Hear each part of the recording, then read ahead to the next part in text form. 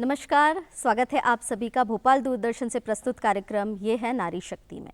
दर्शकों, इस कार्यक्रम के जरिए हम हमेशा आपको बहुत सारी महत्वपूर्ण जानकारियां देते हैं और अगर हम बात करें वरिष्ठ नागरिकों की तो सेवानिवृत्ति के बाद पेंशन का एक महत्वपूर्ण चीज़ रहती है, वो उनकी सहायता करती है, उन्हें आर्थिक रूप से सक्षम बनाती है। साथ ही साथ विभिन्न जो उनकी परिस्थितियां बनती है स्वास्थ्य से जुड़ी, उन सभी में ये आय उनकी मदद करती है। इस पेंशन के लिए वरिष्ठ नागरिकों को सेवानिवृत्ति के बाद बैंकों जैसे अपनी जो अधिकृत पंजीकृत उनकी संस्थाएं रहती थी, उनमें जाकर जीवन प्रमाण पत्र अपना प्रस्तुत करना होता था। ये कुछ जटिलता भरा कार्यक्रम था और डिजिटल होते भारत में नए बदलाव के साथ सरकार ने इस प्रक्रिया को भी डिजिटल किया।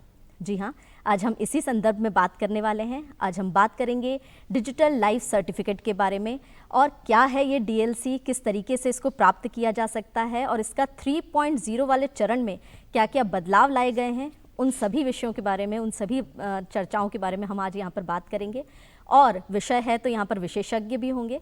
तो आइए स्वागत करते हैं। आज हमारे साथ दो एक्सपर्ट्स हैं, दो विशेषज्ञ हैं, दोनों ही साइबर एक्सपर्ट हैं। तो आइए स्वागत करते हैं सबसे पहले डॉक्टर अमितेश राजपूत जी का, जो कि डिपार्टमेंट ऑफ साइबर लॉ में असिस्टेंट प्रोफेसर हैं। स्वागत है सर आपका। Thank you. और जो दूसरे विशेषज्ञ हमारे साथ हैं वो हैं श्री शोभित चतुर्वेदी जी, जो भी साइबर एक्सपर्ट हैं। तो आप दोनों का ही स्वागत है सर कार्यक्रम में। जैसा कि मैंने बताया कि आज का हमारा विषय जो है वो जीवन प्रमाण पत्र, जो कि डिजिटल हो गया है, डिजिटल जीवन प्रमाण पत्र के बारे में हम बात करेंगे, जिसको शॉर्ट में हम डीएलसी कह रहे हैं। तो सबसे पहले अमितेश जी, आपसे ये सवाल रहेगा कि हमारे दर्शकों को जो अभी अभी जुड़े हैं कार्यक्रम से, उनको पता चले कि आखिर ये डीएलसी क्या है। Thank you ma'am. तो डीएलसी एक गवर्नमेंट की तरफ से एक सर्विस है। जैसे कि हम जानते हैं, मैम ने अच्छे से बताया, पेंशनर्स को एक लाइफ सर्टिफिकेट पहले देना पड़ता था एंड ये फैसिलिटी नहीं थी कि आप इजीली उस सर्टिफिकेट को बना पाएँ या प्रोवाइड करा पाएँ। आपको कहीं ना कहीं जाना पड़ता था और पेंशनर्स को कभी प्रॉब्लम्स भी हो जाती हैं, कभी कभी मेडिकल इश्यूज़ भी हो जाते हैं, कभी किसी कारण से वो घर से बाहर निकल नहीं पाते। तो इस सर्विस को ईज आउट करने के लिए हमारी गवर्नमेंट ने ये बहुत अच्छा एक सर्विस स्टार्ट किया, that is digital life certificate. And इसका पूरा डिजिटाइजेशन कर दिया। अल्टीमेटली आपको अपने मोबाइल के थ्रू, मोबाइल ऐप के थ्रू, आपके आधार नंबर के थ्रू आप अपना डिजिटल लाइफ सर्टिफिकेट खुद बना सकते हैं, या किसी कियोस्क, नज़दीकी कियोस्क पे जाके, या अपने घर पे भी किसी एजेंसी को बुला के, किसी एजेंट को बुला के आप इस सर्विस को ले सकते हैं। तो आपको बार बार जाने का और वो पूरी प्रक्रिया आपकी काफ़ी बच जाती है और इजीली आपके घर पे कन्वीनियंटली आप अपना डिजिटल सर्टिफिकेट हर साल जनरेट कर सकते हैं, डाउनलोड कर सकते हैं और इजीली उसको एक्सेस कर सकते हैं।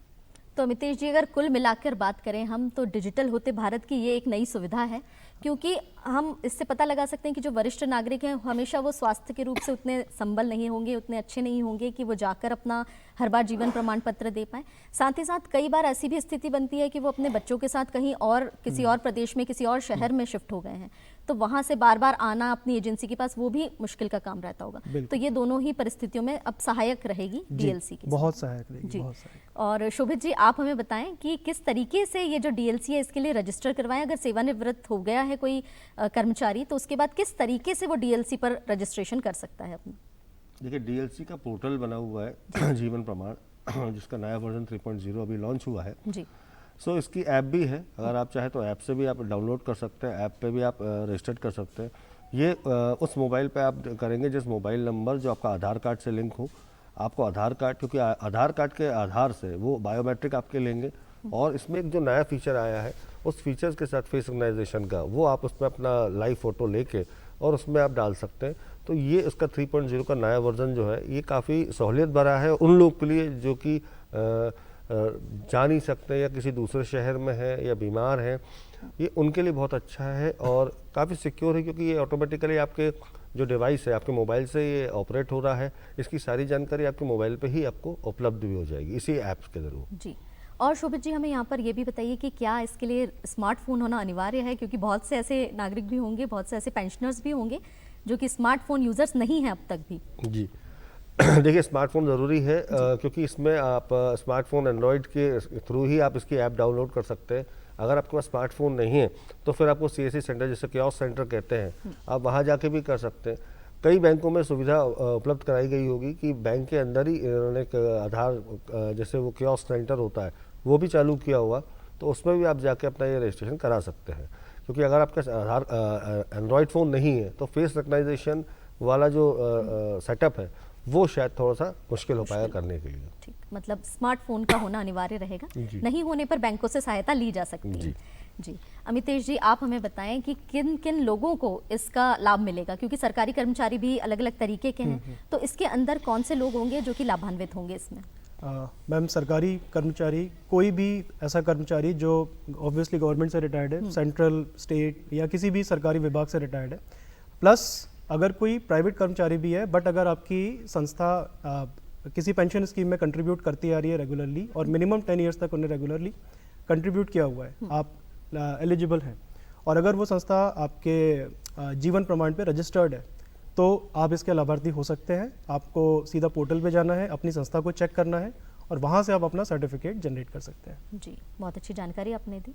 और शोभित जी, जैसा मैं आपसे पूछ रही थी स्मार्टफोन के बारे में, तो वो काफ़ी डाउट रहते भी हैं मन में। अगर मान लीजिए पेंशनर जो हैं उनके पास स्मार्टफोन नहीं है और वो परिवार के किसी मोबाइल फ़ोन से अपना इस पर रजिस्ट्रेशन करना चाहें, तो क्या वो पॉसिबल है या अपने ही नाम पर रजिस्टर्ड नंबर से ही वो केवल इसमें रजिस्ट्रेशन करवा पाएंगे? देखिए, उनके पास जो मोबाइल होगा उस पर मोबाइल नंबर पे OTP आएगा, क्योंकि इसमें आधार कार्ड लिंक है। आधार कार्ड लिंक होने के कारण आपकी बायोमेट्रिक, जैसे मैंने आपको दोबारा बताया कि बायोमेट्रिक होना ज़रूरी है, क्योंकि मेन चीज़ है आप जब कियोस्क जाते हैं तो वो भी आपकी बायोमेट्रिक करता है, जिसमें आपकी इरेज, मतलब जिसे कहते हैं रेटिना, आँखों का जो स्कैन करते हैं, और प्लस आपके फिंगरप्रिंट्स। ये दो चीज़ अनिवार्य है, इससे पता चलेगा कि आप जीवित है कि नहीं, उसी से पता चलता है। दूसरा, फेस रिकग्नाइजेशन इसके अंदर जो नया फीचर डाला है, जिसमें आप फेस रिकग्नाइजेशन, मतलब अगर आपके घर में परिवार में किसी का मोबाइल किसी ऐसे आपके बालक के पास या किसी परिवार में किसी के पास है, आप उससे भी कर सकते हैं। वो ऐप उसमें जब चलेगी, उस ऐप से थ्रू वो चीज़ लेके OTP आपके पास आएगा और उससे आपका वेरिफिकेशन होगा और उसके थ्रू आप उसको, उसमें एक ID जनरेट होगी। जिस ID की जनरेट होने के बाद आप उसको देख सकते हैं कि आपका ये जो DLC आपका सर्टिफिकेट है, जो लाइफ सर्टिफिकेट है, ये एक्चुअल आपके पास डिजिटली आपके पास आ जाएगा। और इसकी जो अवधि है वो 1 साल ही है। इसको आपको हर साल रिन्यू करना है और हर साल ही इसको आपको नया जनरेट कराना पड़ेगा। जी, ये अच्छी जानकारी शोभित जी आपने दी। तो जहाँ तक है, क्योंकि कई बार ऐसे अनभिज्ञता में हो जाता है कि अड़ोसी पड़ोसी के मोबाइलों से हम रजिस्टर करवाने की कोशिश करते हैं, तो कोशिश करें कि आपका जो नंबर परमानेंट हो उसी से आप इसकी प्रक्रिया पूरी करें। और अमितेश जी, आपकी तरफ चलते हैं, और हमारे क्योंकि कार्यक्रम जो है वो नारी शक्ति है, बहुत सारी ऐसी पेंशनर हमारी महिलाएं भी होंगी जो कि इस सुविधा का लाभ उठाएंगी यहाँ पर, और उनकी जानकारी के लिए भी हमें ये सब बताएं कि दस्तावेज क्या क्या लगेंगे, ऐसी कौन सी जानकारियाँ हैं, कौन से ऐसे दस्तावेज और चीज़ों की आवश्यकता है जो कि हमें DLC में प्रक्रिया में घुसने के लिए या उसको रजिस्टर करने के लिए देना होगा। बिल्कुल मैम, तो दस्तावेज जैसे कि हम बात कर रहे हैं बार बार, आधार बेस्ड और आधार के बेसिस पे ही ऑथेंटिकेशन होगा, OTP वगैरह आएगा आपका जी। तो सबसे पहले एक आधार कार्ड, एक आधार नंबर चाहिए, और वो आधार नंबर आपके पेंशन डिसबर्सिंग एजेंसी, जैसे बैंक है या पोस्ट ऑफिस है या जिस भी एजेंसी से आपकी पेंशन आपको मिलती है, वहाँ पे लिंक होना चाहिए, वहाँ पे रजिस्टर्ड होना चाहिए। इसके बाद आपका आधार नंबर आपके नंबर, मोबाइल नंबर से ऑब्वियसली कनेक्ट होना चाहिए, आपका फ़ोन नंबर चालू होना चाहिए। ये मिनिमम रिक्वायरमेंट्स है आपको DLC एप्लीकेशन पे अपने आप को रजिस्टर करने के लिए और यूज़ करने के लिए। इसके बाद आपका पेंशन ऑर्डर, वो भी आप अपलोड कर सकते हैं, वो मांगा जाता है। और ये सारी चीज़ें जब एक बार आपने रजिस्टर कर लिया, कनेक्ट हो गया, OTP आ गया, तो फिर आप यूज़ करने के लिए रेडी हो जाते हैं। जी, बहुत अच्छी जानकारी आपने हमें यहाँ पे दी। और शोभित सर, आपसे प्रश्न ये रहेगा कि अगर रजिस्ट्रेशन तो वो कर ही रहे हैं, कहीं ना कहीं मोबाइल के यूज़ करने पर एक डाउट रहता है मन में, क्योंकि यहाँ पर भी ये पैसे का लेन देन वाली बात है, पेंशन है, तो ये कितना सेफ़ है और इसकी सेफ्टी के लिए क्या कितनी निश्चिंतता हमारे पेंशनर्स रख सकते हैं अपने मन में? देखिए, ये सेफ बिल्कुल इसलिए है क्योंकि इसमें धोखाधड़ी होने की संभावना बहुत कम है जी। क्योंकि आप अपने मोबाइल से रजिस्टर करें, पहली चीज़। अगर हम कियोस्क भी जाते हैं तो कियोस्क के अंदर जो डिवाइस वो लोग यूज़ करते हैं उसके अंदर वो फिंगरप्रिंट सेव नहीं होते, वो तुरंत स्कैन होने के बाद वो इरेज हो जाते हैं। आपका जो इरेज रेटिना जो है उसका स्कैन होता है, वो भी सिर्फ आधार से लिंक करने के लिए होता है। तो ये काफ़ी सेफ फीचर है जो गवर्नमेंट लेके आई है।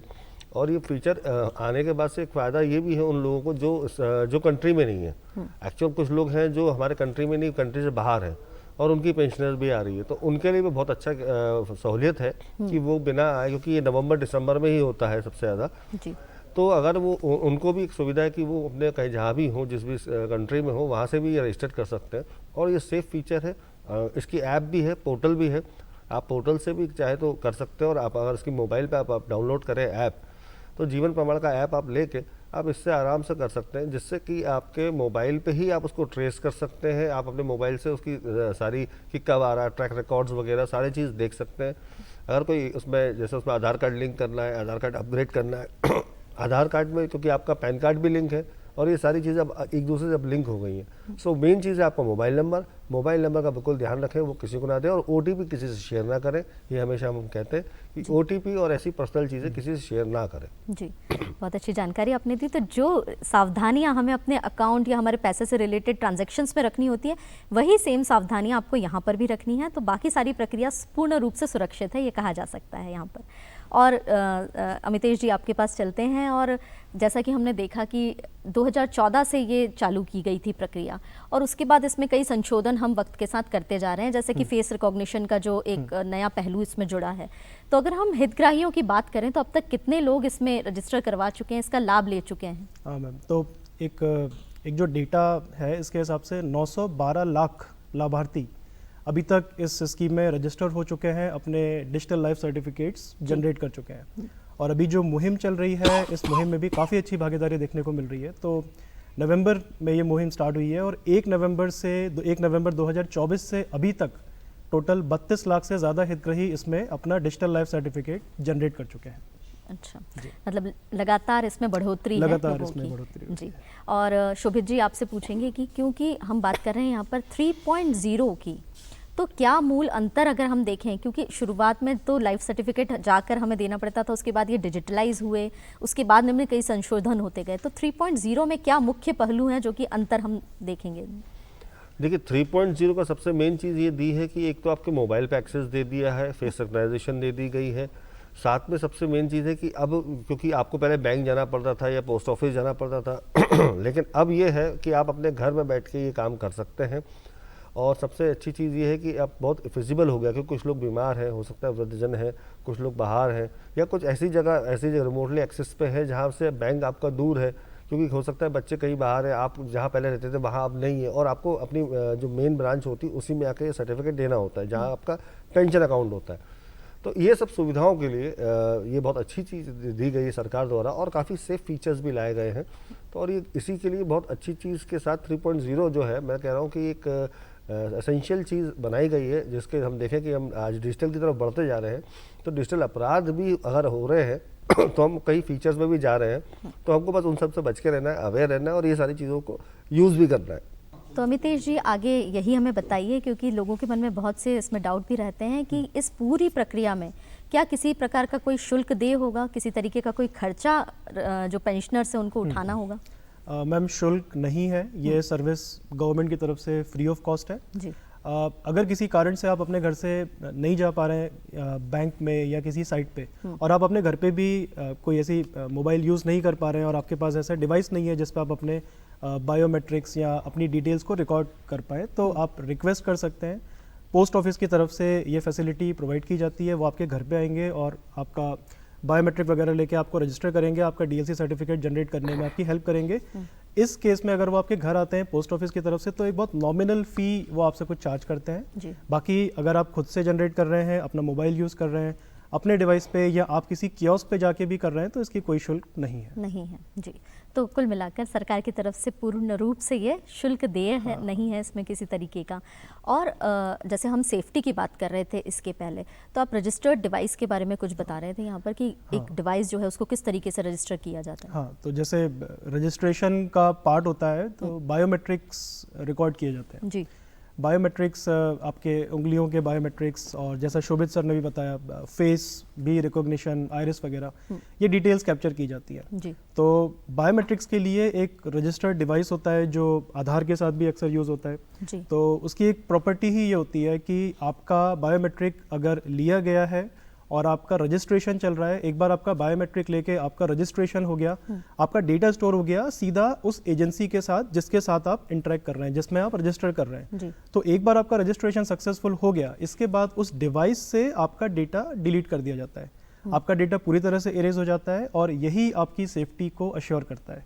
और ये बहुत अच्छी चीज़ है हमारे गवर्नमेंट की तरफ से कि आप आधार पे चले जाइए या इस तरह की जो भी सर्विसेज हैं, तो जो डिवाइसेस वो यूज़ करते हैं इनकी भी एक सर्टिफिकेशन है, एक पूरा सर्टिफिकेट चेन है, एक लिस्टेड पूरे सर्टिफिकेट्स हैं। तो अगर वो गवर्नमेंट से अप्रूव नहीं है तो अगर आप उसे यूज़ भी करना चाहेंगे इस ऐप के साथ अलग से अटैच करके या कोई और भी यूज़ करना चाहेगा तो वो यूज़ नहीं कर पाएगा। अगर वो गवर्नमेंट से अप्रूव्ड है, वो इस कंडीशन को फॉलो करता है, आपका डेटा इरेज हो रहा है, तभी आपका बायोमेट्रिक डेटा रिकॉर्ड होगा और सेफ रहेगा। जी, मतलब पूर्ण रूप से सुरक्षित है ये सारी प्रक्रिया, जहाँ तक कोशिश की गई है कि किसी तरीके का कुछ साइबर इसमें क्राइम ना हो सके। हाँ जी, पूरी कोशिश। और शोभित जी आपकी तरफ चलते हैं, और जैसे कि फेस रिकॉग्निशन की जो हम बात कर रहे हैं, तो क्या उसमें किसी तरीके की कोई परेशानी जो रजिस्टर्ड करने वाले पेंशनर्स हैं वो फेस कर सकते हैं? क्योंकि कई बार फेस जो है वो रिकॉग्नाइज नहीं हो पाता, या इस तरीके की कोई टेक्निकल परेशानी उनको हो सकती है, उस केस में वो क्या करें?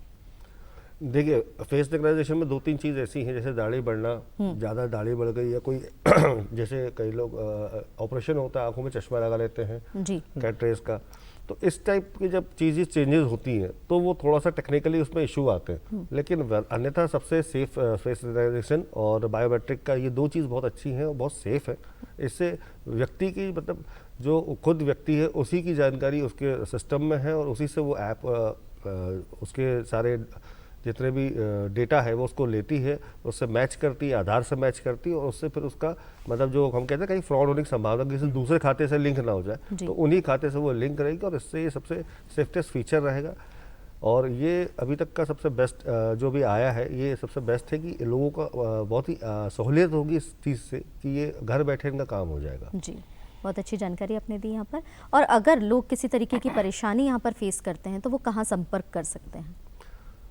जो फेस रिकॉग्निशन है या रजिस्ट्रेशन करने में उनको अपने मोबाइल से परेशानी हो रही हो? जी देखिए, इसके लिए 2 जगह है। एक तो जो पोर्टल है, उसमें पोर्टल है, उस पोर्टल के साथ कियोस्क में जाके वो आप बात कर सकते हैं, या बैंक के अंदर भी कियोस्क, या पोस्ट ऑफिस के अंदर भी कियोस्क ओपन हुए हैं, वहाँ जाके वो हेल्प ले सकते हैं कि उसमें क्या प्रॉब्लम आ रही है। कि कई बार क्या होता है, जब बायोमेट्रिक्स में हम जाते हैं तो जो हमारे थम्स हैं, क्योंकि जो इंप्रेशंस होते हैं वो नहीं आते हैं, या हमारे जो फेस रिकग्नाइजेशन है कैमरे में डस्ट है, या ऐसी कोई चीज़ें हैं, या लाइट्स बहुत कम ज़्यादा हैं, हमने जहाँ लिया वहाँ अंधेरा है, एक्चुअल फुल लाइट नहीं है फेस पे, तो ये कई चीज़ें ऐसी है जो हम टेक्निकली लोगों को जानकारी नहीं है, तो तब जाके ये ऐसी कुछ प्रॉब्लम्स आएंगी तो वो बैंक या कियोस्क जाके वो उस चीज़ को फुलफिल कर सकते हैं, वहाँ आसानी से उनकी मदद होगी और उनका रजिस्ट्रेशन में आराम से हो जाएगा। जी, तो कुल मिला के देखिए सारी जानकारियाँ आपको यहाँ पर मिल रही हैं कि किस तरीके से ये बहुत आसान प्रक्रिया है पूरी, जिसके थ्रू आप रजिस्टर कर सकते हैं डीएलसी के अंतर्गत। और अमितेश जी, आप हमें बताइए कि ये जो सर्टिफिकेट है, एक बार हमने रजिस्ट्रेशन की प्रक्रिया पूरी कर दी तो ये सर्टिफिकेट आसानी से डाउनलोड किया जा सकता है पोर्टल से? बिल्कुल मैम, एक बार आपने रजिस्ट्रेशन कर दिया, आपका डीएलसी सर्टिफिकेट बन गया, आप इसे डाउनलोड कर सकते हैं, आसानी से डाउनलोड कर सकते हैं। इसका हर साल रिन्यू करना पड़ता है, तो जैसे पहले गवर्नमेंट ने नवंबर का टाइम रखा था, हर साल आपको नवंबर में अपना डिजिटल सर्टिफिकेट या लाइफ सर्टिफिकेट रिन्यू करना पड़ता था। हाँ जी। बट बाद में फिर इस प्रक्रिया को और इजी कर दिया हमारे गवर्नमेंट ने, तो अब आपका बर्थ मंथ के हिसाब से या 15 दिन उसके पहले आप अपने सर्टिफिकेट को रिन्यू कर सकते हैं। आप नवंबर वाला टाइम फिक्स नहीं है, आप अपने बर्थ मंथ के हिसाब से उसको रिन्यू कर सकते हैं और आप जब चाहे उसे डाउनलोड कर सकते हैं फिर। जी, तो ये बहुत ही सुविधा हो चुकी है कि बर्थ मंथ के हिसाब से आप उसको करें, नवंबर का वेट नहीं करना होगा। और जैसा कि पहले होता था कि हर साल इसका रिन्यूअल होता था, सेम प्रक्रिया अभी भी है, हर साल आपको रिन्यूअल करना है, हर साल इसको डाउनलोड करना है। और शोभित जी, आप हमें बताइए कि ये जो हम सारी बातचीत कर रहे हैं डीएलसी से रिगार्डिंग, तो क्या ये पूर्ण रूप से अनिवार्य हो चुकी है या अभी भी इसमें कोई छूट है कि कुछ पेंशन जो धारक हैं वो नहीं इसको रजिस्टर कर रहे हैं, कर सकते हैं, नहीं कर सकते? मतलब अनिवार्यता की अगर हम बात करें तो ये कितना अनिवार्य है? देखिए, ये अनिवार्य तो मेरे ख्याल से होना चाहिए और है भी। अगर लोग इसको करेंगे तो उनमें उनका फ़ायदा है कि उनको बार बार बैंक के चक्कर नहीं लगाने पड़ेंगे, ना बार बार अपनी एजेंसी के पास जाना पड़ेगा लाइफ सर्टिफिकेट को जमा करने क्योंकि मेन चीज़ है कि आपको घर बैठे काम हो रहा है। और ये सुविधा लाई गई थी उनके लिए जो वृद्धजन है या जो डिसेबल है, जो ऐसे व्यक्ति हैं जो बीमार हैं, जो जा नहीं सकते। लेकिन इसका फ़ायदा सबके लिए है, सरकार ने ओपन टू ऑल कर रखा है। क्योंकि देखिए, पेंशनर्स कहीं ना कहीं एक एज होती है 60+ वाली, तो कहीं ना कहीं वृद्ध अवस्थाओं कारण, बीमारियों कारण या कुछ ऐसे दिक्कतों कारण आपको आना जाना मुश्किल पड़ता है। तो उसके लिए बहुत अच्छा फीचर है, इसका इस्तेमाल सबको करना चाहिए, चाहे अनिवार्य हो या ना हो। वैसे हम तो ये कहते हैं कि अनिवार्य करना चाहिए इसको, और सब लोग को इसका इस्तेमाल करें। इससे आपका समय बचेगा, आपकी सहूलियत बचेगी, आप हर चीज़ ट्रैक अपने मोबाइल पे कर सकते हैं, आप हर चीज़ अपने मोबाइल पे देख सकते हैं। क्योंकि जिस तरीके से डिजिटल हमारा भारत आगे बढ़ रहा है, तो उसका सहयोग आपको भी करना है, उसके साथ आपको चलना है। समय के साथ में मोबाइल पे आपके पास आपका आधार कार्ड है, आपके पास डिजी लॉकर है, आपके साथ आप जितने भी यूपीआई जैसे पेमेंट्स आप कर रहे हैं या ऑनलाइन ट्रांजैक्शन जो भी है, एसएमएस आपके पास आ रहे हैं, तो कहीं ना कहीं एक सेफ्टी सिक्योरिटी फीचर्स भी आपके साथ में रहेगा और साथ में एक आपके लिए सहूलियत भी रहेगी। जी, बहुत अच्छी जानकारी। अमितेश जी, अगर इसी प्रश्न में आगे अगर मैं पूछूं कि जो संवितरण एजेंसीज जो रहती हैं, अलग अलग रहती हैं, कई बैंक रहते हैं, कई ऑफिसेस खुद अपनी पेंशन डिसबर्स करते हैं, तो क्या वह सभी इस डीएलसी की प्रक्रिया के अंतर्गत आके एक जैसे नियमों को फॉलो कर रहे हैं, या सब थोड़े थोड़े चेंजेस अपने हिसाब से रख सकते हैं? मैम अभी रिसेंटली मैंने देखा था, जीवन प्रमाण पे ही मैंने देखा था, तो अब टाइम के साथ बहुत सारी एजेंसीज हमारे देश की इसमें रजिस्टर होती जा रही हैं जी, एनरोल होती जा रही हैं। और एक एग्जांपल मैंने एनआईटी वारंगल का देखा था, तो उसने अपने आप को एनरोल किया डीएलसी पोर्टल में, और बहुत अच्छी स्टेप लेते हुए वो खुद ही, क्योंकि पेंशन ग्रांट और पेंशन डिसबर्सल स्कीम की तरह उन्होंने रिक्वेस्ट किया और उन्हें रजिस्टर भी किया गया। अच्छा, तो वो खुद एक एग्जांपल है अभी जो मैंने रिसेंट देखा। ऐसे और भी हो सकते हैं शायद, जो खुद ही इनिशिएटिव लेके as a pension disbursement agency और पेंशन ग्रांट एजेंसी की तरह खुद से एनरोल हुआ है, और इस प्रोसेस के थ्रू वो अपने पेंशन्स को लाभ देने के लिए आ गया है जी। तो ये पॉसिबल है बिल्कुल। तो कुल मिला के सारी एजेंसीज जो हैं वो धीरे धीरे करके इनसे जुड़ती जा रही हैं और डिजिटल होती जा रही हैं ये सारी सुविधाएं।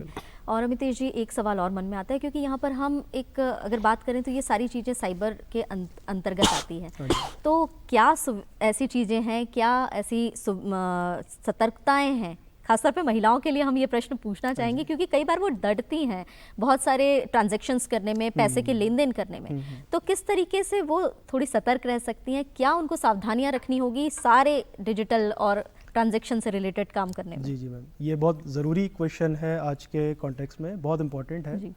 और जब भी आप चाहे डिजिटल लाइफ सर्टिफिकेट की बात करें या आप किसी भी डिजिटल सर्विस की बात करें, हमारी गवर्नमेंट की तरफ से बहुत अच्छे अच्छे इनिशिएटिव्स इस समय लिए जा रहे हैं जो डिजिटल और आपको घर बैठे सुविधाएं दे रहे हैं। बट क्या होता है, कई बार इससे रिलेटेड बिल्कुल फेक वेबसाइट्स या फेक एप्लीकेशन वगैरह भी बना दी जाती हैं, और उन्हें किसी तरीके से, किसी मैसेंजर के थ्रू या किसी भी तरीके से वो आपके फ़ोन तक पहुंचा दी जाती हैं। और फिर आपने अगर एक बार किसी गलत एप्लीकेशन को या किसी गलत वेबसाइट को विजिट किया, तो वहाँ से प्रॉब्लम शुरू हो जाती है।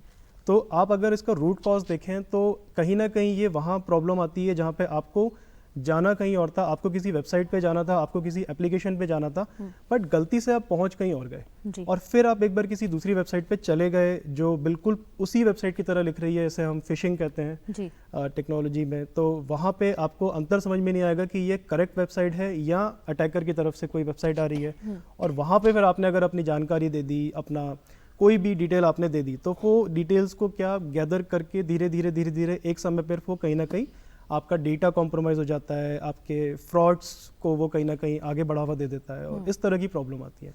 तो सबसे पहली चीज़ तो आपकी ये है कि आप अगर कोई भी वेबसाइट डाउनलोड कर रहे हैं, कोई भी वेबसाइट पे जा रहे हैं या किसी ऐप को डाउनलोड कर रहे हैं, प्लीज़ आप इस चीज़ को श्योर रखिए कि वो करेक्ट है।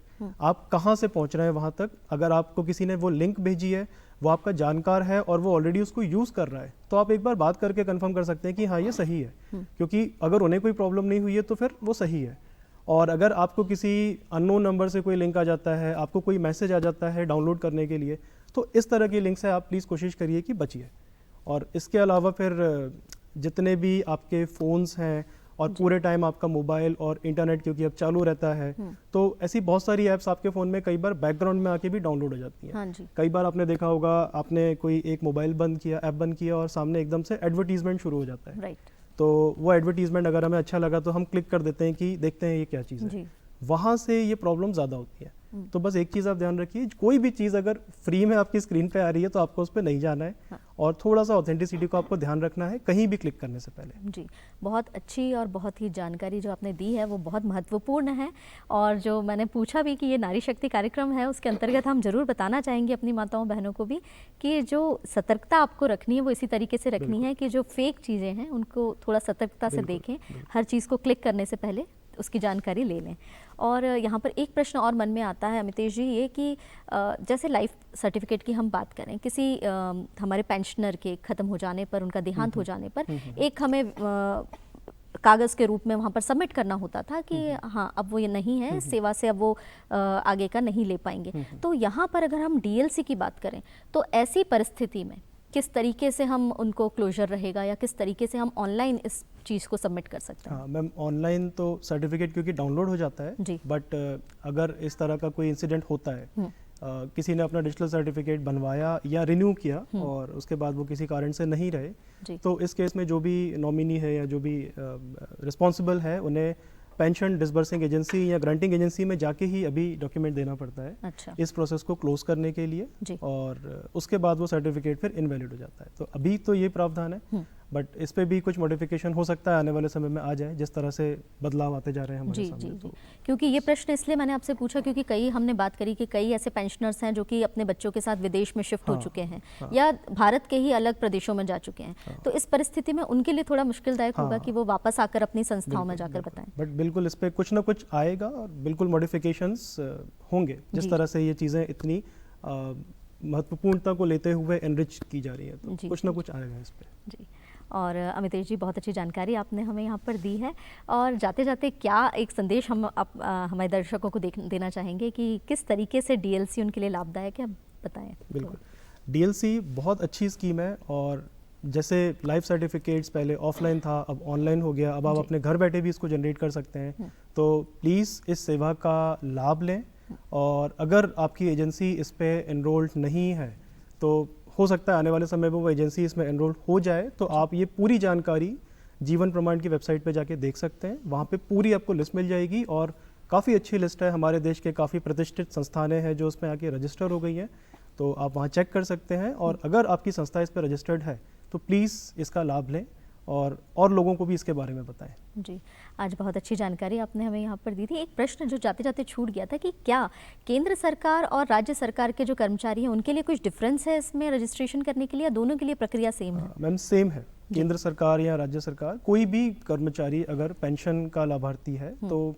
रजिस्ट्रेशन प्रक्रिया और यूसेज प्रक्रिया बिल्कुल सिमिलर है। आप रजिस्टर करें ऐप पे, वेबसाइट पे जाके आधार को लिंक करें और एक बार आपका डीएलसी जनरेट हो जाता है तो आप इसे कभी भी डाउनलोड कर सकते हैं। Same process. बहुत बहुत धन्यवाद आपका अमितेश जी और शोभित जी दोनों का ही।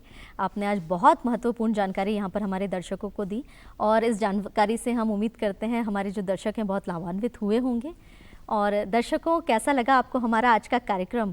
उम्मीद करते हैं ये सारी जानकारियाँ आपको बहुत काम वाली लगी होंगी और आप इसका उपयोग भी करेंगे, डीएलसी के अंतर्गत अपने आप को रजिस्टर भी करेंगे और इन सेवाओं का फ़ायदा भी उठाएंगे। तो मिलते हैं आप सभी से यह है नारी शक्ति के अगले अंक में, तब तक दीजिए इजाज़त। नमस्कार।